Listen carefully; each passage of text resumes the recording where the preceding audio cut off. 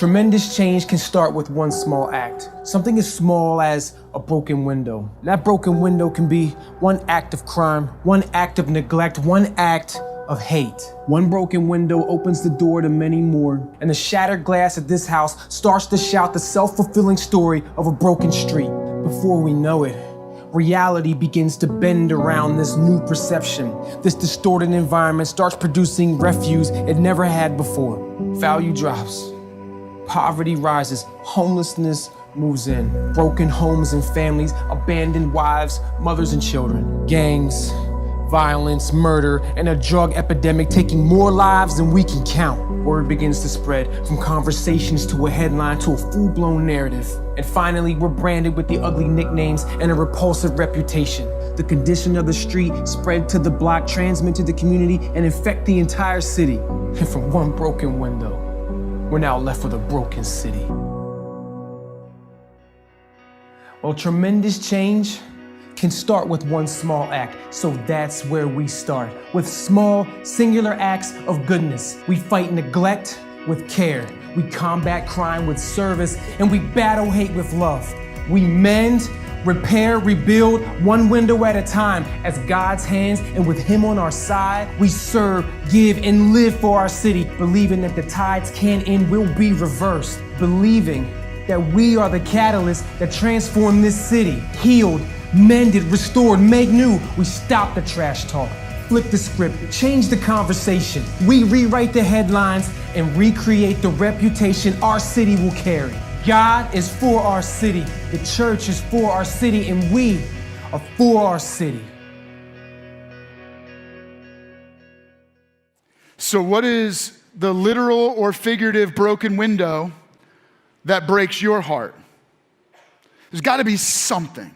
There's something that you hear on the news or you read about, or that when you're scanning through your news feed, or you're scrolling when you're looking on social media, there's something that catches your attention, captures your heart, that makes your blood boil a little bit, and it stirs your passions, and you start to think and say, man, somebody needs to do something about that. Man, I wish I could do something about that. I know for me, the last several months, every time I hear about a homicide, or I read about an overdose in our community, I get like, I stir and I go like, man, I want to just go out in the streets at night. I want to shout at the top of my lungs like, stop it. Like, enough. And I want to like put my arms up and like, come on, man. Like, I want to like talk sense into them and say like, don't you get it? And every time I hear somebody say something bad about my city, it's like I feel like somebody's saying something bad about my wife and my kids, and I want to throat punch them. I mean, I do. I know I'm not supposed to feel that way, but I want to, and I don't do it. I might, but I don't right now. I haven't yet. But because there's this feeling, like I feel defensive. I feel protective. Like, come on. And then I keep scrolling, just like you do, because there's another story. There's another sports event, there's another game, there's another activity, and then my kids are crying, or they need to go here, they need to do that, and then I got another bill to pay, and then I have a deadline to meet or an appointment to make, and so I put the phone down and I get back to what I'm supposed to be doing, and I move on with life, and as a result, you and we think about what needs to get fixed, but then we don't do anything about it, and we're busy, and even if we could, what would we actually do? I mean, really. Like, there's a reason why I probably shouldn't be on patrol. Like I think about, like, what would I actually do if I went out on the streets at night? Like, what difference is that going to make? And some of you are like, yeah, you should go out and do that. Well, you go do it. Come on, right? Think about it. Like I've done this. I've been like, what actually would I do? What difference would I make? And so because we have limited energy and limited time and limited resources, we've concluded that we can't make a difference And so we keep busy and active with what we're already doing. And I had to get the privilege every once in a while to sit down with leaders of government agencies or people in political positions in our community, in our city, in our region, people who are overseeing nonprofit organizations, and have a conversation. And like, how can we work together? How can we collaborate to actually do something? And I was in a conversation with somebody in a political position, and I was saying, like, how are we doing? Are we making a dent? Are we improving? How are we doing with the opioid epidemic, with issues like the drug addictions? And how are we doing? And he said to me, he goes, Patrick, it's hard to even say how we're doing. I don't know if we're winning or losing because I don't even know what game we're playing. He goes, and I don't know that anybody does. We're not even sure what the rules of the game are right now. That's a sober thought. And I walked away from that conversation thinking, it's so easy to criticize and complain when you're not the one trying to do anything about it. And so I could understand and certainly maybe even justify why a church and a people in trouble would separate themselves from a city in trouble. At least that's how the church in Jerusalem was struggling. And that's what was going on right after Jesus died and he rose again. And then he gathered his closest friends and followers together and he said, look, I'm going to ascend to heaven, but I'm not leaving you. I'm going to send my Holy Spirit. And so I want you to wait for me. And so he encouraged them to have a prayer gathering. And as they gathered, God's Spirit came and empowered them. And on that day, over 3,000 new people became part of this growing and fledgling church. And those 3,000 people began to reach other people. And it was saying that every day new people were coming into the church. But then there was a man named Stephen. He was a leader within the church. Stephen stands in the street and he preaches the message of Jesus, but that angers some in the city of Jerusalem. And so they picked up rocks and they began to throw them at Stephen. And as he's getting hit by these rocks, he pauses and he looks up to heaven. Father, forgive them. They don't know what they're doing. And then it says that he falls asleep and then he dies. And standing in the background of that murder was a man named Saul, a religious terrorist who rallied people to hate Christians and murder Christians. And from that day, it says that a great persecution broke out against the church. And so thousands of people scattered. They ran for their lives.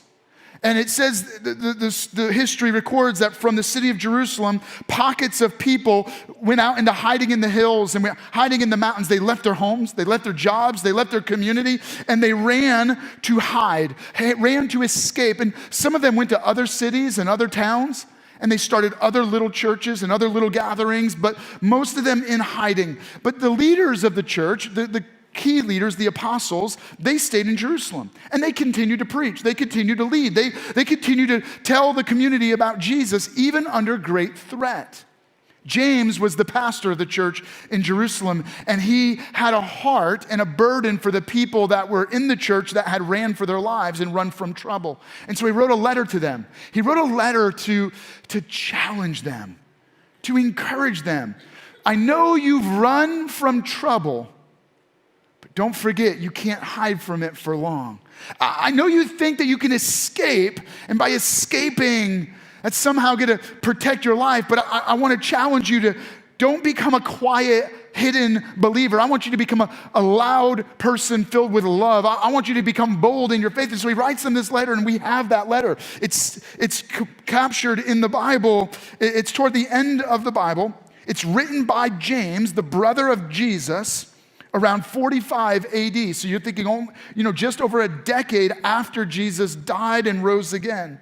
And he writes this letter, and in it he says, consider it pure joy, my brothers. And that's a kind of a generic, my brothers, all right? Don't feel left out if you're female here. He's not neglecting you. Consider it pure joy whenever you face trials of many kinds. Wait, what? Why should I celebrate? Consider it pure joy, meaning like pure celebration, like woo, like the moments when you are most excited. He said, feel like that when you suffer. Why? Isn't that crazy? Because you know that the testing of your faith develops perseverance. And what he's saying is, the trouble that would otherwise shatter a person's faith doesn't. It actually strengthens it and makes it more secure. What would destroy most people deepens you. And so what you thought was going to wreck your life is actually bringing you to a place where God is able to build your life. And so that's how he continues. In fact, he says, perseverance must finish its work so that you may be mature and complete, not lacking anything. Oh, what? He's writing to people who have scattered because of persecution and trouble. They've left their homes, they've left their jobs, they've left their community, they're hiding, they're trying to rebuild what is broken. They have nothing. And he said, I know that everything has been stripped from you, but the more that's stripped away from you, the more you discover that you lack nothing. Come on, I can't be the only one that has a little crooked eye when I read that and go, wait, what's going on here? What is James saying? And maybe you're in that place where you feel like things have been stripped from you and you've walked through hard times, you've walked through troubles. Maybe there's broken windows in your life, little broken places that are starting to pile up and make more and more brokenness. And you hear the words of James saying, consider it joy when you face all kinds of troubles, because it produces a strengthening rather than a shattering, and that brings you to a place where you lack nothing. Well, what is his point? His point's this: Jesus is our only source. And I know, I get it. I get that you and I, we care for others, and we want to help others, and we see the issues in our city, and the broken window breaks our heart. But think about it. What do empty people give to other empty people? The blind trying to lead the blind. Whatever fills, spills. So whatever fills the reservoir of your life is going to spill out of you to others. And if you're empty, all you're giving others is your emptiness. If you're filled with hurt or hate, what spills out of you is hurt and hate and anger. If you've been beaten or betrayed, you're going to share abuse and mistreatment and rejection. And so the challenge we have in our lives, which is what makes up a city, which makes up a region, which makes up your community and your neighborhood, is a whole bunch of empty people all trying to pour what they have into others. And so we just spread the hurt and the hate and the brokenness and the mistreatment. Because when you were little and somebody rejected you or marginalized you and it created insecurity in you, now you and I try to posture to make a name for ourselves and make ourselves feel better. And so we just pour what's in us into others. And James explains that this is rooted in a deeper problem. Verse 14, but each one is tempted when by his own evil desire he is dragged away and enticed. James is saying that the real problem going on around us, the real trouble, is that every one of us have this spiritual desire that drives us to pursue bait. Here's why. Because we are spiritually broken, we are spiritually empty, we have a spiritual emptiness and a spiritual enemy. We seek to fill the emptiness by chasing after something that will fill us. And so what the enemy of our souls does is he leverages our spiritual brokenness, throws a bait out for us, and then lures us in. And we go looking for it. So there is a problem. The ultimate problem in our city is not drugs, is not homelessness, is not poverty, is not the fact that we need more or better jobs or more or better education. It's not your neighbor, it's not your broken marriage. The issue in your life, the problem is not that you need a better job or more clothes or nicer clothes or the latest gadget. You don't need a new or better spouse. The ultimate problem, James is saying, is this thing called sin. Sin is a spiritual crisis because you and I are spiritually empty and have a spiritual enemy. And as a result, we pursue desires to fill that emptiness. And so the enemy of our soul will lure us in. He throws bait out there, and every one of us have a bait that catches our attention. That's his point. I don't know what yours is. Maybe yours is drugs. Maybe it's lust and Maybe it's an affair or pornography. But maybe it's just that you eat to make yourself feel better.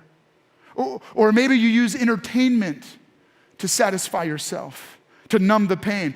Every one of us have some form that we use to self-medicate our pain, that we use to attempt to fill the emptiness in our life. And so he says, here's what happens though. Then he says, by his own evil desire, he is dragged away and enticed. So what he's saying here is this: when you go after the bait, you take hold of it and the hook sets in you, and then it starts dragging you in. Then, after desire has conceived, it gives birth to death. Meaning once it pulls you out, it gives birth to sin, and sin gives birth to death. The ultimate consequence of sin, these desires that drive us to pursue baits, so that because we believe that those things will fill us, is that it leads to our spiritual ruin. And so that when we're separated from God, we spend our life on our way toward eternal judgment. That's the end result of going after and biting into a bait that will never satisfy us. And here, so our greatest problem is sin, and our greatest need is not a new job, a new spouse, more stuff, the latest technology. The greatest need in our city is not that we need cheaper houses or cheaper housing for people that are homeless. It's not that we need new or more or better jobs. It's not that we need to treat the opioid crisis. That's a real problem. But the ultimate and greatest need is a spiritual crisis, because every person is going around empty. And nothing will fill them. No matter what bait they bite, it will never satisfy the hunger inside of them. No matter what bait you bite, it will never satisfy the hunger inside of you. And so what do? Well, he gives a warning. He goes like this: don't be deceived, my dear brothers. He goes, look, the enemy of your soul and this evil desire will trick you into believing that bait will make you feel better. The bait will satisfy. He goes, but don't be deceived, dear brothers. And then he continues, and he gives you the answer. Every good and perfect gift is from above, coming down from the Father of heavenly lights, who does not change like a shifting shadow. And there's the answer. He goes, here it is. All of us have a great void, a great emptiness, a great hunger that no matter what you bite into, it will never satisfy. And so we have a city, we have a community, we have a family, we have our own hearts that are never satisfied. No matter what we use or go after to fill them, we are never filled, we are never satisfied. He goes, so don't be tricked into believing that anything you go after will ever make you feel good or ever satisfy your hunger. No, what you and I need is to recognize that every good and perfect gift comes from above, from the Father of heavenly light, in whom there is no shifting shadows. What is he saying? It's simply this: that Jesus is the source of everything you're longing for. So when we think about the compassion we have for our community, Jesus is the source of compassion. Jesus is the source of love for your home. Jesus is the source of energy that you need in the workplace. Jesus is the source of hope that you need to face your future. Jesus is the source of forgiveness that you need to overcome that feeling of betrayal or hurt. Here is our challenge. Nothing we ever drink from, nothing we ever eat will satisfy our emptiness. And so what God did was he saw our spiritual brokenness, our spiritual emptiness, and he came to earth. Jesus comes to earth. He takes our sin. He takes our eternal judgment and he puts it on himself. Not just yours and not just your neighbors, every one of us. The eternal judgment that we deserve was put on Jesus, so that when he died once for all, forever paying the debt of sin, forever absorbing the judgment against sin, forever receiving the penalty that every person owes because of their sin. So that when Jesus dies, he dies a eternal death, so that our debt is paid, so that when you believe in Jesus by faith, you are forgiven. You're given new life. You and I, how do we receive new life? Because when we believe in Jesus by faith, God's Spirit enters into our spirit. See, it's a spiritual change, because our greatest need is a spiritual problem. And because our need is a spiritual problem, he provides a spiritual source. And so here's what happens. Most of us, we look at our life like this. I come to church, I listen to a sermon, maybe Patrick's sermon, and it gives me a little pickup. And this is how we approach it. And then we go looking for more. We come to church, I got my little pickup, and then we expect our spouse to pour something in. And then we go looking for success to pour something in. And then we look for other people to affirm us and make us feel better. And we go looking for other things to fill the cup, but everything else is empty. Everything else is a bait. And so we go through life always half empty, not half filled. All right, none of y'all pessimists. All right, here we go. The point is this. Jesus doesn't want to just give you a little pick-me-up. Here is what we do, and here's what James is writing about. He said, every good and perfect gift is from above. Jesus is that gift that you receive, and when you receive it, you're receiving it from the Father of heavenly light. And he's saying Jesus comes to fill your life, his Spirit into your emptiness. He heals the holes, and then he fills our life so that when he fills you, there is no space for more, meaning you have no need, right? So when he talks to them, he goes, so that your faith, as it's strengthened, not shattered, helps you grow with perseverance so that you don't give up. It develops a maturity in you so that when you discover that you're not lacking anything. There's nothing that could ever satisfy you. There's nothing else that could ever add more or take from your life. Jesus is more than enough. In essence, it's Jesus plus nothing. You have everything you need when you believe in Jesus. He is your source. He fills your life, and he fills it so that you have no more need, and there's no amount of money could ever add to this. No amount of loss of money could ever take from it. No new job, no new spouse, no new home, no better education. There's not another friend, there's not a girlfriend or boyfriend that you could put in here that would add anything. You're filled. You have all that you need. When you have Jesus in your life, you discover that as your faith is strengthened, you lack nothing. He is your source, so you don't have to go looking anywhere and everywhere else. And that's our answer to our community. That's the answer we bring to our friends, to our family, to our neighborhood, to our community, to our city, and to the cities around us, to your neighborhood and to your community. Our answer is, it's Jesus first and only. He is the source. And so then James gives one more word of encouragement to them regarding this idea. He goes like this, look, I know that everything around you is changing. You had to leave homes. You've left jobs, you left everything that was safe, and you've run for the hills. You're trying to rebuild your life in new communities, but I want you to know this, God never changes. I know you think that your troubles indicate that maybe God has abandoned you. Maybe God has even betrayed you. But he goes like this, he goes, in God, he's the source of light, and through him, there are no shifting shadows. Nothing changes. God doesn't change. God has never changed. His love for you hasn't changed. His forgiveness over you hasn't changed. His mercy in your life hasn't changed. His compassion for you hasn't changed. God hasn't changed his mind about you. He loved you yesterday, and he loves you today. God hasn't stopped forgiving you. God hasn't changed his mind about the destiny that he's put in your life. God is unchanging in a world that is changing all around you.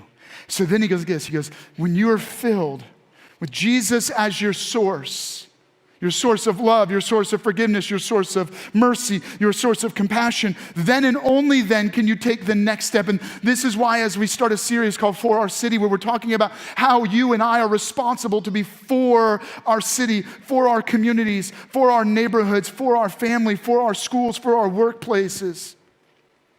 First, you and I have to be filled. Our emptiness has to be dealt with so that, let me read the next verse. So, James is going like this. He goes, every good and perfect gift is from above, coming down from the Father of heavenly lights, in whom there is no shifting shadow. The very next verse, he chose to give us birth through the word of truth. Let me pause right there. He chose to give you new life. You and I were dead spiritually. Our cup was empty. We have nothing left to offer. We had nothing to give. So he gives us new life. He fills our cup. He fills the void. And then he goes like this. So through the word of truth, meaning through believing in Jesus Christ as the promise of this new life, that we might be a kind of first fruits of all he created. Now, when you hear that, you're not quite sure what he means there. Maybe you're not familiar. We don't use words like first fruits. But what he's saying here is this. Jesus is our source and our resource. He fills and he spills. Maybe you're not quite following the metaphor here. He fills your life in order to spill out of your life. Jesus is the resource of love, of forgiveness, of compassion. You and I, we often go looking for what we're going to offer others. How am I going to deal with that problem? How am I going to help that person? How am I going to get control of my kids? How am I going to help pay that college bill? How am I going to pay my bills? How am I going to get my mind right? And we're trying to figure out how we're going to deal with all of these issues and problems in our life and in others' lives. And we feel like we got to solve the problems of the world. So we carry the weight of the world. But then we discover from the letter of James that the answer really is this. He gives us new life.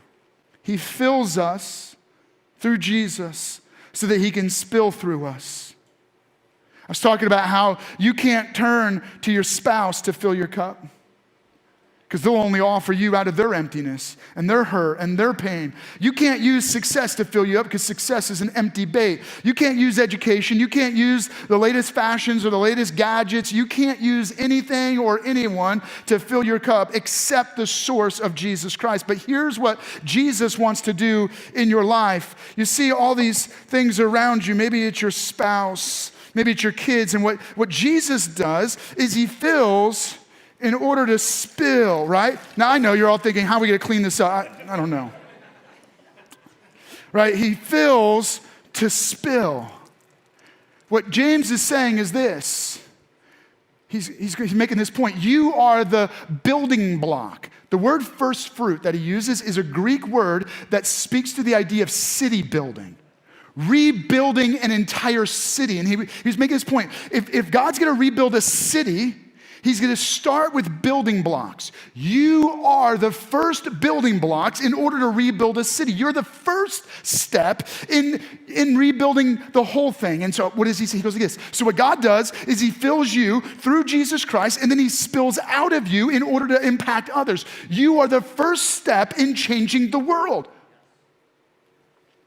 When God is looking out over our city, our region, your community, your neighborhood, and God is responding to the prayers of his people, his response is directly through you. You are the starting point. You're the first step in a series of steps to change the world. So what he does is he pours love into you in order to pour love through you. In essence, you're the funnel. He begins to pour in, and as he pours in, it pours through you, so that not only are you satisfied, but you actually you provide satisfaction to others, not because you're the source, but because Jesus is a source in your life, and he gives you a resource to spill into others, because whatever fills, spills. James, Jesus' brother, who wrote this letter, he was nicknamed Camel Knees. Now, most of us, I don't know if I've ever I guess I've been to the zoo and I've seen camels. Been a place, I guess I've seen camels. But what I read was that, they have these like big calluses on their knees. Because camels are these big animals, they get down on their knees and it tears their knees up, and their knees develop these huge these big calluses. And they said that they nicknamed James Camel Knees because he was always on his knees in prayer. Because he understood that his only source was Jesus, and his best resource was Jesus. Now, don't oversimplify this. I know some of you are thinking, okay, well, then all I need to do in order to, transform the opioid epidemic is I just need to get on my knees and pray. Well, yes, do that. That's our starting point. Because if we don't deal first with the spiritual crisis, nothing else matters. See, every other issue is a symptom of a spiritual crisis. And so we can send all of the police on the streets, and we can arrest every criminal, and we can confiscate every drug, and we can confiscate every illegal handgun, and we could confiscate every problem, and we can arrest every person that should be arrested, and we can treat every addiction, and still our city would collapse because of a spiritual void. But when God fills up his people and begins to spill through his people love and forgiveness and compassion and mercy and service and hope, what begins to happen is he spills through us to fill a city. Then and only then can we treat the drug issue. Then and only then can we deal with broken windows. Then and only then can we begin to deal with broken homes and children that are hurting and in pain because of the crisis in their lives. Then and only then do we have a reservoir of love and forgiveness and compassion and service to offer others. Because we're not giving out of our lack, we're giving out of the abundance, the overflowing mercy and love of God. So what is your response? Don't go trying to give it away. Maybe you've been struggling in your marriage or in your home or in the workplace or maybe your class because you've been trying to give out of your lack. Today, can you and I together acknowledge our emptiness? I need to either be filled or I need to be refilled. I am not the source and I have no other resource. Jesus is the source and he is my only resource. We believe that God's Spirit is present with you right now. And so I want you to pause and pray. Just pray. Let him speak to your heart. Maybe like James with the camel knees, you need to spend a little time getting a hold of God right now. I'll get out of your way. I'll let you guys clean up that mess. I'm sorry. I want you to pray. Let God's Spirit speak to you right now. For some of you, for the first time, you need to be filled. You've been going after all kinds of bait and lures, thinking it was going to satisfy you. And as a result, you got hooks set in your mouth. They're dragging you to your ruin. And you're asking God to have mercy on you, to forgive you of what you've bitten into, and to satisfy your soul. And if that's where you're at, don't take another step trying to do anything else. I want you to deal with your spiritual emptiness right now through faith in Jesus Christ. So I want to talk to just you for a moment. If that's where you're at and you're acknowledging, man, I am spiritually empty and I need Jesus to spiritually fill me. I want you to open your eyes and I want you to look at me and I just want you to raise your hand right now and say, yes, Patrick, that's me. If you're online, you let us know that you're making that commitment. But if you're with us right now, I want you just to raise your hand. Yeah, Patrick, I recognize that right now. I need Jesus to fill me. Jesus to be my only source. To fill the emptiness. I'm like that cup. I've been empty, but right now I'm willing to say, Jesus, would you come in my life? Would you fill me? If that's you, would you just raise your hand so I can see it? I just want to pray with you right now. For those of you that are raising your hand, I want to lead you in a prayer. Just keep your hands up for another moment. We're going to get to you. Anybody else? For those of you that have your hand up, I want to pray with you right now. Jesus, you see these individuals and they're just exactly like the rest of us. They come in with an empty cup. But you see and you fill. You filled by coming and dying on a cross and rising from the dead so you could send your Spirit to forgive us of sin and give us new life. And so for everyone that's raising their hand, for everyone that's making that commitment to invite you into their life, Lord, I pray that you would meet them and transform them, fill them. And Lord, for every one of us, I pray that you would not only fill, but you would refill, that you would be our source and our resource, that the only answer and the best answer we have is Jesus. And only Jesus. In your name, amen. We hope that you've enjoyed today's experience. We also hope that this message has challenged you and will encourage you in the upcoming week. And if you made a decision to follow Jesus Christ today, congratulations. Welcome to the family and welcome home.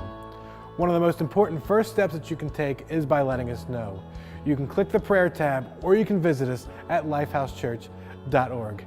And if this message or ministry has blessed you in any way, feel free to partner with us financially.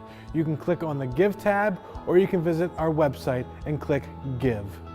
We are so thankful that you joined us, and we are thankful that you are part of our extended family. We can't wait to see you back here next week.